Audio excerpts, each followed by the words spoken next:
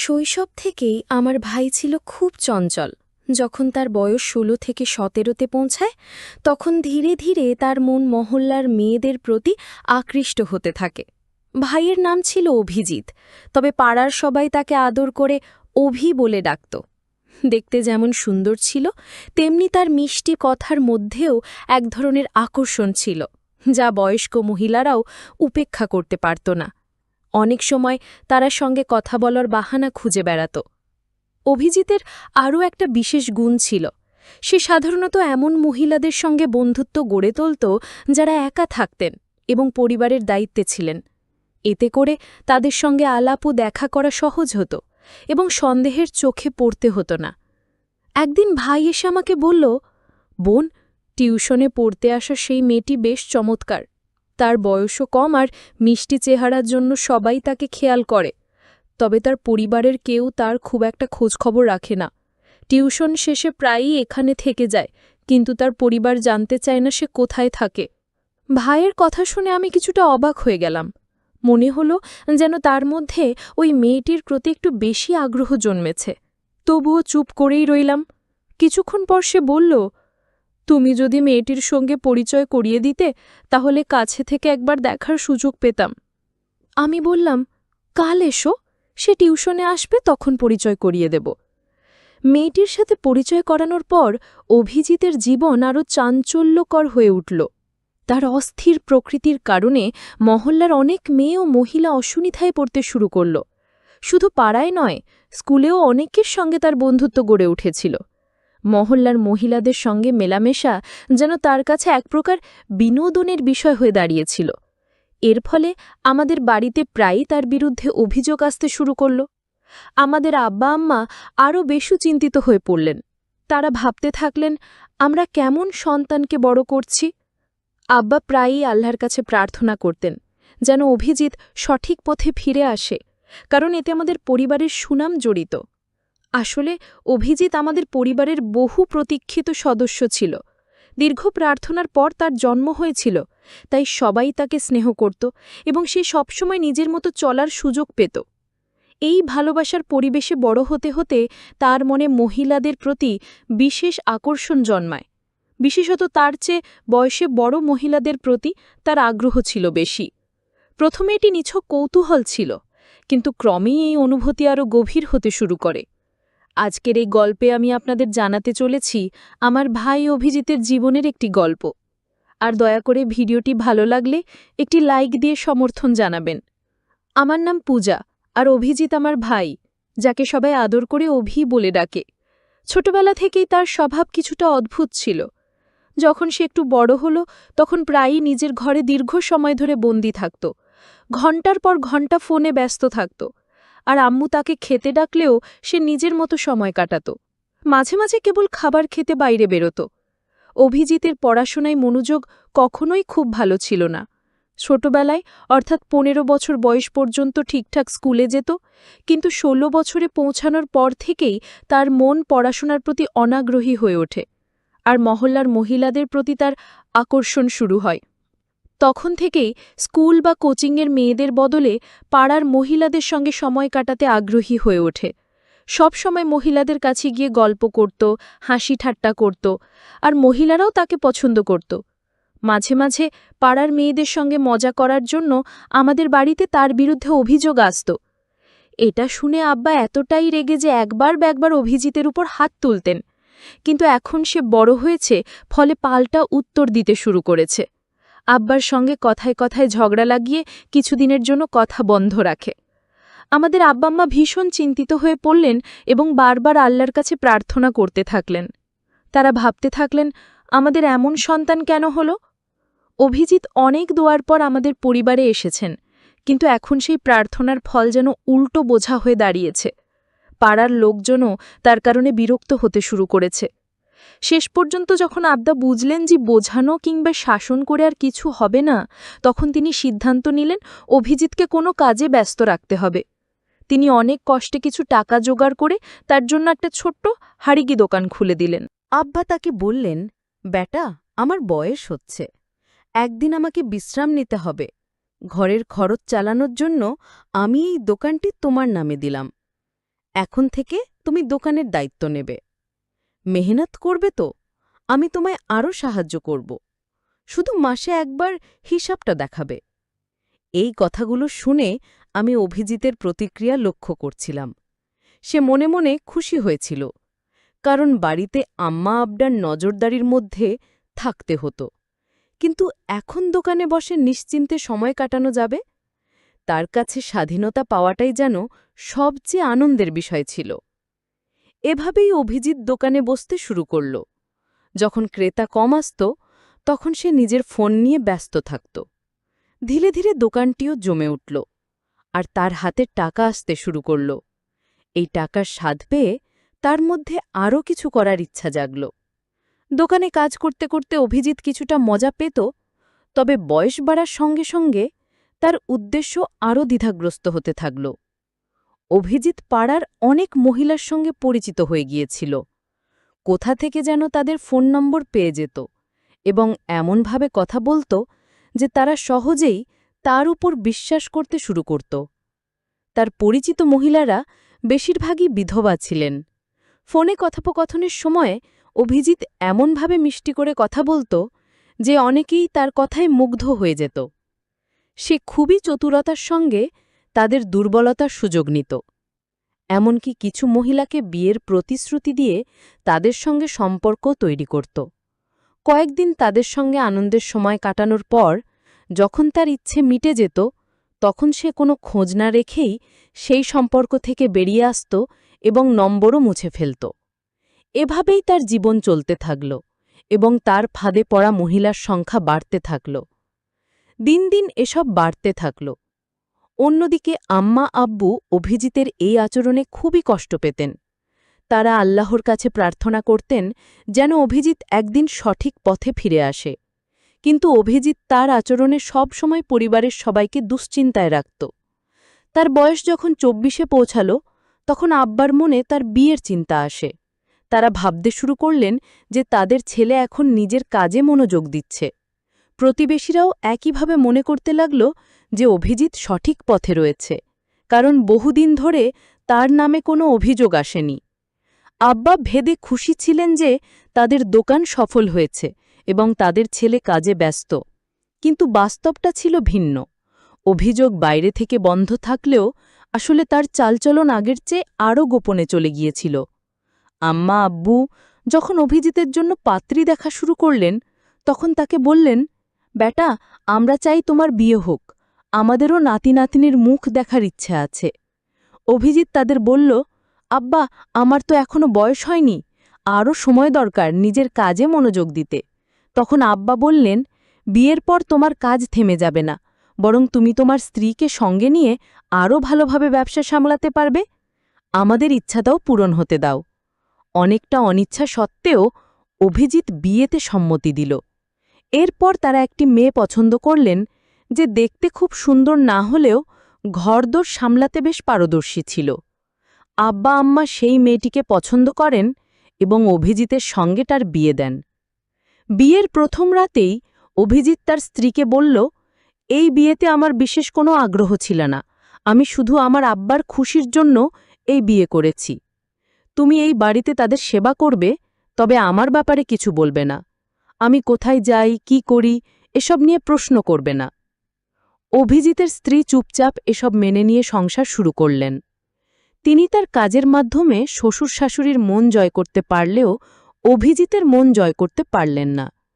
অভিজিৎ তার পুরনো অভ্যাসগুলো বজায় রেখেছিল এবং আগের মতোই বিভিন্ন মহিলার সঙ্গে যোগাযোগ রাখত। বয়স বাড়ার সঙ্গে সঙ্গে সে এমন মহিলাদের সঙ্গ বেছে নিত যাদের প্রাচুর্য ছিল এবং তাদের থেকে কিছু পেতে খুব বেশি খরচা হতো না।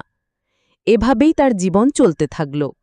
তবে সময়ের সঙ্গে সে কিছুটা সময় পরিবারের জন্য রাখত। বিয়ের ৩ বছর পর তাদের 2 সন্তান জন্মগ্রহণ করে।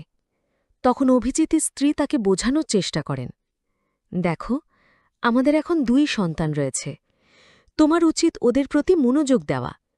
তুমি এইভাবে রাতের পর রাত বাইরে থেকো না। আব্বা আম্মা বৃদ্ধ হয়ে গেছেন, তোমার একটু দায়িত্ব নেওয়া দরকার। কিন্তু অভিজিৎ স্ত্রীর কথায় খুব একটা কান দেয়নি, নিজের মতো জীবন উপভোগ করতে থাকে। বছর কেটে যায় এবং অভিজিতের সন্তানরাও বড় হতে থাকে। এদিকে অভিজিতের বয়সও 46-47-এ পৌঁছাল। এই সময়ে সে নতুন ধরনের চ্যালেঞ্জের মুখোমুখি হতে শুরু করল।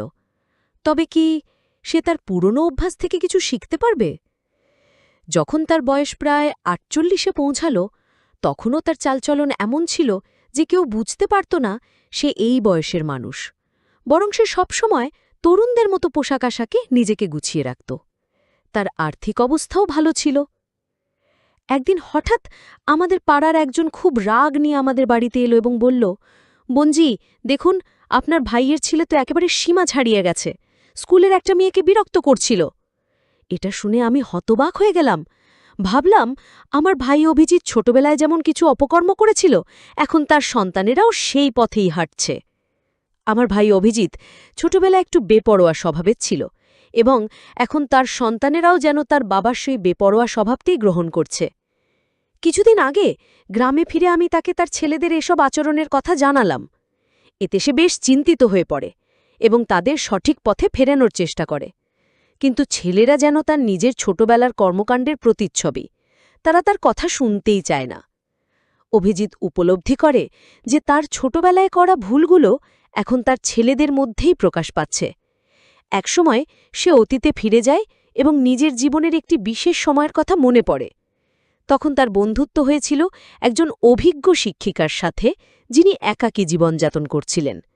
ধীরে ধীরে তাদের দূরত্বগুলো মুছে যায় এবং সেই শিক্ষিকা যেন তার জীবনের সবচেয়ে বড় অনুপ্রেরণা হয়ে ওঠেন। একদিন গল্প করতে করতে সেই শিক্ষিকা অভিজিৎকে জিজ্ঞেস করেন, তোমার কি আগে কখনো এমন অনুভূতি হয়েছে কারো প্রতি? তখন আমার ভাই তার পুরনো অভ্যেসে ফিরতে শুরু করে। একদিন সেই মহিলা তাকে বললেন, তোমার তো পরিবার আছে, স্ত্রী সন্তান আছে, আর কোনো সম্পর্ক নেই তো? তখন আমার ভাই মৃদু হাসি দিয়ে বলল, না, আমি তো কোনো অন্যরকম সম্পর্ক রাখি না। এই কথা শুনে সেই মহিলা কিছুটা চিন্তিত হয়ে পড়ে বললেন, তাহলে অবিবাহিত কারোর সাথে কখনো এমন কিছু করনি? ভাই তখন নিরীহ ভাব ধরে বলল, না, একদমই না। কিন্তু সেই মহিলা তার মিথ্যেটা বুঝে ফেলেন। এরপর কিছুক্ষণ চুপ থেকে বললেন, আমার কাছে একটি মেয়ে টিউশনে আসে, দেখতে খুব সুন্দরী, ছোট্ট বয়সের, মিষ্টি চেহারার, আর তার পরিবারও তাকে তেমন একটা খেয়াল করে না। সে যখন টিউশনে আসে প্রায় রাতে থেকে যায়, অথচ ওর পরিবার কখনো জানতে চায় না সে কোথায় থাকে। ভাইয়ের কথাগুলো শুনে আমি একটু অবাক হলাম। মনে হলো সে যেন কিছুটা বেশি আগ্রহ দেখাচ্ছে, তবে কিছু বললাম না। কিছুক্ষণ পর ভাই বলল, একবার পরিচয় করিয়ে দাও তুমি, কাছ থেকে একটু দেখা উচিত। তখন আমি বললাম, কাল আসো, সে টিউশনে আসবে, তখন তোমার সাথে পরিচয় করিয়ে দেব। পরের দিন দুপুরে ভাই এলো। মেয়েটি তখন পড়াশোনায় ব্যস্ত ছিল। তার চেহারা দেখে ভাইয়ের চোখে এক অদ্ভুত উজ্জ্বলতা ফুটে উঠল। কিন্তু মেয়েটি তার দিকে না তাকিয়ে নিজের পড়াশোনায় মনোযোগী ছিল। ভাই কয়েকবার তার সঙ্গে কথা বলার চেষ্টা করল, কিন্তু মেয়েটি কোনো সাড়া দিল না, বরং নিজের পড়ায় মনোযোগ রাখল। একদিন আমি জরুরি কাজে বাইরে যাচ্ছিলাম। যাবার আগে ভাইকে ইঙ্গিত করে বললাম, আমি কিছুক্ষণের জন্য বাইরে যাচ্ছি, তুই নিজের দায়িত্ব নিজেই সামলাবি।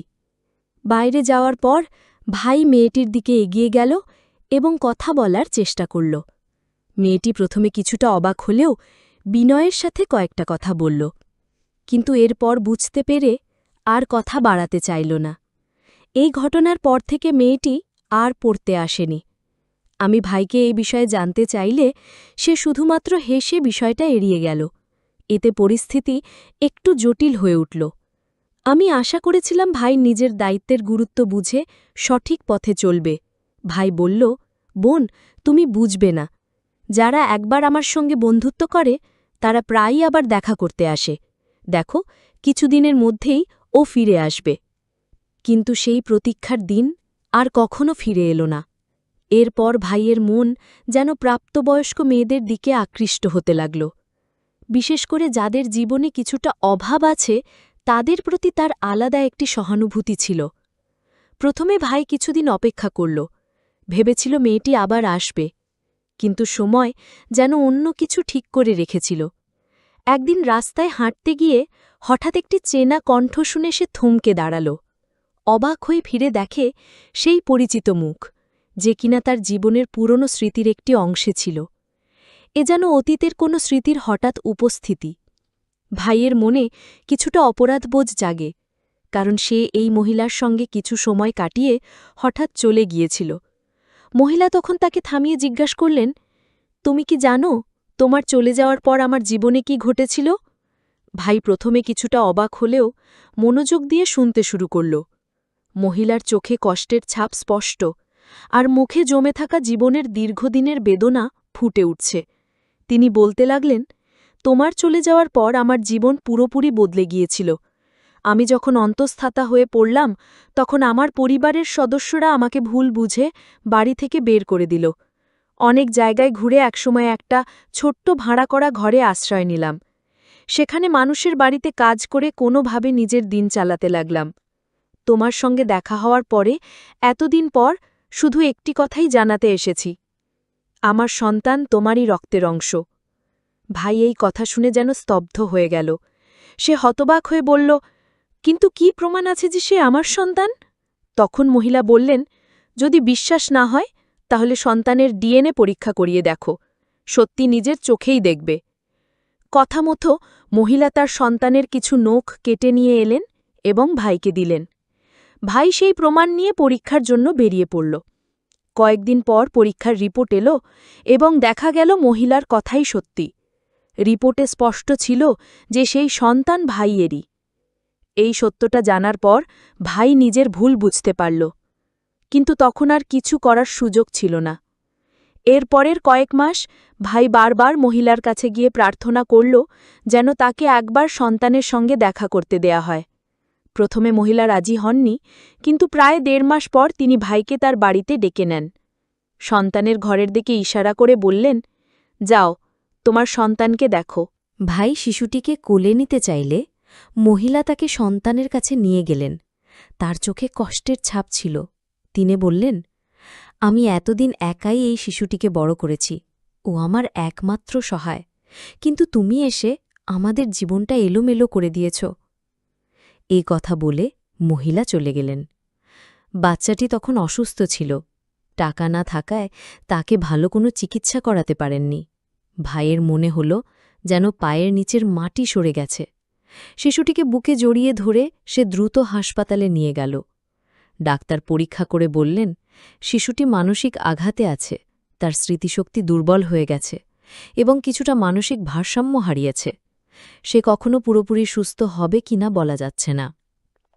এসব কথা শুনে ভাইয়ের মন ভেঙে গেল, তবে নিজের ভুলের পরিণতি তাকে মেনে নিতেই হল। এমন অবস্থায় সে ছেলেটিকে নিয়ে বাড়ি ফিরে এলো এবং তার যত্ন নিতে শুরু করল। রাতের পর রাত সে শিশুটির পাশে বসে থাকত, যত্ন করত, কিন্তু শিশুটি ভেতরে ভেতরে কেবল তাকিয়ে থাকত, যেন ভাইকে চিনতেই পারছিল না। তার মনে এমন কোনো স্মৃতি নেই যা তাকে ভাইয়ের সঙ্গে সম্পর্কিত করে। এদিকে ভাইয়ের স্ত্রী বললেন, তোমার পক্ষে ওকে দেখা সম্ভব হলে দেখো, আমি আর ওকে সামলাতে পারব না। ভাইয়ের নিজের ছেলেরাও বলল, এ কেমন ছেলে তুমি আমাদের সঙ্গে নিয়ে এলে, আমরা ওকে আপন বলে মেনে নিতে পারছি না। ভাই যেন একটা ঝড়ের মধ্যে দিশেহারা হয়ে পড়ল। অবশেষে ভাই সিদ্ধান্ত নিল যে সে ছেলেটিকে নিয়ে আলাদা কোথাও থাকবে। একটি ছোট্ট ভাড়া করা ঘরে উঠল এবং দিন রাত পরিশ্রম করতে লাগল। দোকানে খেটে যা আয় করত তার সবটাই ছেলেটির চিকিৎসা এবং যত্নে ব্যয় করত। এভাবেই নিজের ভুলের মাসুল দিয়ে প্রতিটি দিন সে শিশুটির পাশে থেকে তার যত্ন করতে থাকল। ডাক্তাররা বলেছিলেন, শিশুটির স্বাভাবিক জীবনে ফিরতে কিছুটা সময় লাগবে, কিন্তু ভাই কখনো হাল ছাড়েনি। প্রতিদিন নতুন আশা নিয়ে সে শিশুটির সেবা করত, ঠিক যেন একজন স্নেহময় পিতা। কিছু মাস কেটে গেল এবং ধীরে ধীরে শিশুটির মধ্যে পরিবর্তন আসতে শুরু করল। সে আর ভাইকে অচেনা মনে করত না, তার চোখে যেন পরিচয়ের একটা আভাস দেখা দিতে লাগল। ভাইয়ের অক্লান্ত পরিশ্রম আর ভালোবাসা শিশুটির মনে জমে থাকা কষ্টগুলোকে আস্তে আস্তে মুছে দিতে শুরু করল। একদিন শিশুটি প্রথমবারের মতো ভাইয়ের হাত ধরল এবং হালকা করে হাসল। ভাইয়ের চোখে তখন আনন্দের অশ্রু এসে গেল। সেই ছোট্ট হাসিই যেন তার গোটা পৃথিবী হয়ে উঠল। সময়ের সাথে সাথে শিশুটি আরও সুস্থ হয়ে উঠল আর ভাইয়ের নিঃস্বার্থ ভালোবাসা আর যত্ন তাকে নতুন জীবন দিল। এখন শিশুটি কেবল ভাইয়ের পাশে থাকে না, বরং তাকে পিতার মতো মেনে নিয়েছে। সমাজের নানা কথা এবং কঠিন পরিস্থিতি সত্ত্বেও ভাই কখনো হাল ছাড়েনি এবং তার এই পরিশ্রমের ফল পেল। অবশেষে সেই দিনও এলো যেদিন শিশুটি ভাইকে আব্বু বলে ডাকল। সেই একটি শব্দেই ভাইয়ের সব কষ্ট যেন মিলিয়ে গেল। গল্পটি দেখায় আবেগ আর আকর্ষণ নিয়ন্ত্রণ করতে না পারলে জীবন জটিল হয়ে যেতে পারে। অভিজিৎকে তার দায়িত্বজ্ঞানহীন আচরণের জন্য বড় মূল্য চুকাতে হয়েছে। নিজের ভুল বুঝে নেওয়া এবং তার পরিণতি মেনে নেওয়া একটি কঠিন কিন্তু প্রয়োজনীয় শিক্ষা। অভিজিৎ শেষ পর্যন্ত নিজের ভুলগুলো স্বীকার করে এবং ছেলের প্রতি দায়িত্ব পালন করে নিজের উন্নতির পথ উন্মোচিত করেছে। গল্পের শেষে অভিজিৎ যখন তার সন্তানের প্রতি নিঃস্বার্থভাবে ভালোবাসা প্রদর্শন করে, তখন সেই ভালোবাসাই তাকে তার সন্তানের মন ও বিশ্বাস ফিরে পেতে সাহায্য করে। এটি প্রমাণ করে যে ভালোবাসা আর যত্ন সবচেয়ে কঠিন পরিস্থিতিতেও পরিবর্তন আনতে পারে। যদিও অভিজিৎ তার ভুল বুঝতে পেরে একাকী কষ্ট ভোগ করেছে, তবে তার পরিবার, বিশেষত ভাইয়ের মতো কেউ পাশে থাকলে জীবন হয়তো আরও সহজ হতো। পরিবারের ভালোবাসা আর সমর্থনের গুরুত্বকে এই গল্পটি সুন্দরভাবে তুলে ধরে। অভিজিতার জীবনের চঞ্চল স্বভাব আর নিয়ন্ত্রণহীন আকর্ষণ তার জীবনে বিপর্যয় ডেকে আনে। গল্পের শুরুতে দেখা যায় তার অস্থির স্বভাবের কারণে সে প্রায়শই ভুল সিদ্ধান্ত নেয়, যার মধ্যে তার পরিবারের প্রতি দায়িত্বের ঘাটতি স্পষ্ট। অন্যদের জীবনে ঢুকে পড়া এবং নিজের আকর্ষণকে সঠিকভাবে নিয়ন্ত্রণ না করার জন্য শেষ পর্যন্ত তার নিজের জীবনেই ধ্বংসের মুখে পড়ে। এটি শেখায় যে আমাদের আবেগ আর দায়িত্বের মধ্যে ভারসাম্য বজায় রাখা কতটা জরুরি, কারণ অসচেতনভাবে নেওয়া সিদ্ধান্ত আমাদের এবং অন্যদের জীবনকেও ক্ষতিগ্রস্ত করতে পারে। বন্ধুরা, যদি এই গল্পটি ভালো লেগে থাকে তাহলে দয়া করে ভিডিওটি লাইক করুন এবং আমাদের চ্যানেলটি সাবস্ক্রাইব করুন। পাশে থাকা বেল আইকনটি প্রেস করুন যাতে আমরা যখনই নতুন ভিডিও আপলোড করি তার নোটিফিকেশন সবার আগে আপনার কাছে পৌঁছে যায়। ধন্যবাদ। দেখা হবে আমাদের পরবর্তী ভিডিওতে।